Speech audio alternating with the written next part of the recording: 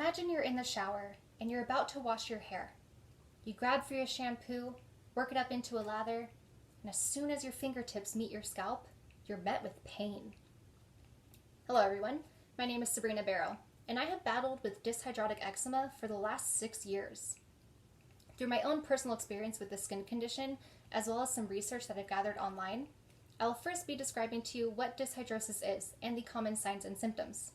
Second, I will examine the various causes of this skin condition. And third, I will discuss the forms of treatment that are available. I'm itching to get started, so let's move on to my first topic, which is, what is dyshidrosis and what does it look like? As defined by Mayo Clinic, dyshidrosis is a skin condition that causes small, fluid-filled blisters to form on the palms of the hands and sides of the fingers. And sometimes, the bottoms of the feet may be affected as well. Dyshidrotic eczema has many symptoms that are typical to other forms of eczema, such as redness, itchiness, and very dry skin. But this condition's exclusivity to the hands and feet and the signature tiny blisters is what separates dyshidrotic eczema from all the rest. The flare-ups that occur with dyshidrotic eczema occur in stages, and in the beginning stage of a flare-up, the skin is bright red and very bumpy from the little cluster of tiny blisters. And these blisters, as small as they are unbearably and uncontrollably itchy. The swelling that occurs around the knuckles of the affected fingers can affect the range of motion and prevent the fingers from being able to curl in or bend completely. The American Academy of Dermatology Association, or AAD, states that the blisters clear in about 3 to 4 weeks. And as the blisters clear, you'll see the peeling skin where the blisters had been, and the skin will feel very dry. With the combination of the dry skin and the swelling, oftentimes deep cracks, otherwise known as skin fissures, will start to form. These skin fissures typically appear on the tips of the fingers or on the sides, and they are extremely sensitive and painful.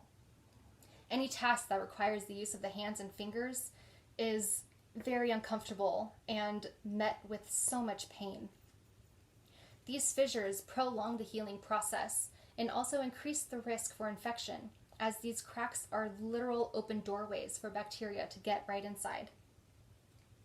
One important fact to mention about dyshidrosis is that it is not contagious.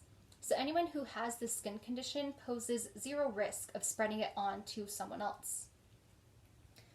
Now you know what dyshidrosis is and what it looks like. So let's move on to what causes the condition in the first place. Unfortunately, the exact cause of dyshidrosis is unknown. It's a complete mystery. But experts have discovered some linking factors that appear to be the cause of the flare-ups.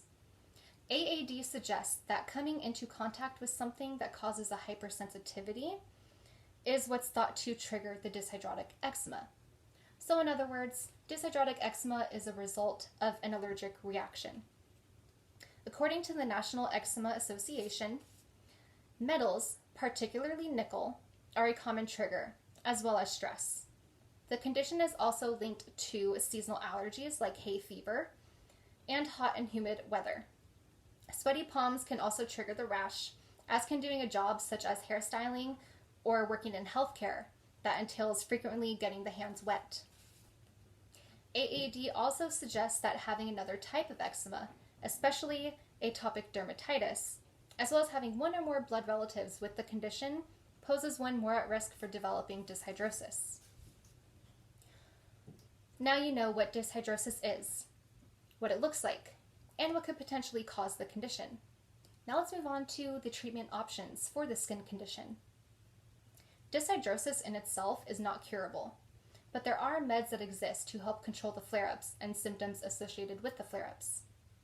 Corticosteroids are a very common treatment option, and Mayo Clinic states that high-potency corticosteroid creams and ointments may help speed the disappearance of the tiny blisters. In severe cases, a doctor may prescribe an oral corticosteroid, such as prednisone.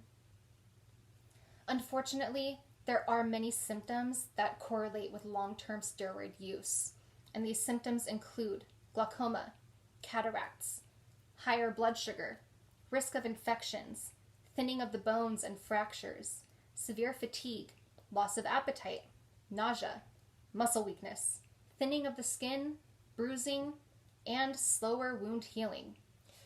Yikes.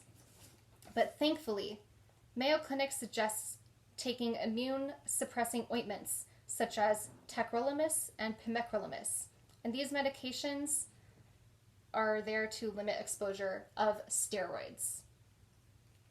Besides medications, there are other avenues for treatment, such as lifestyle changes and self-care.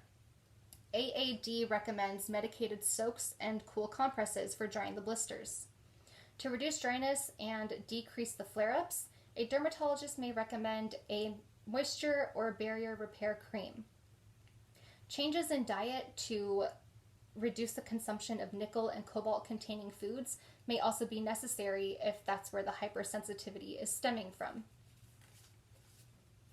So after going over what dyshidrosis is, what causes it, and how the condition is treated, you are now able to say that you are aware and informed of one of the various types of eczema.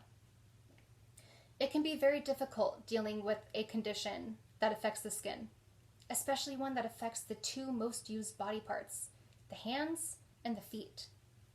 So the next time you go to wash your hair and you aren't met with a zapping pain coursing through your fingers, I'd like you to be relieved that you do not have to endure the battle that is dyshidrosis. Thank you for listening.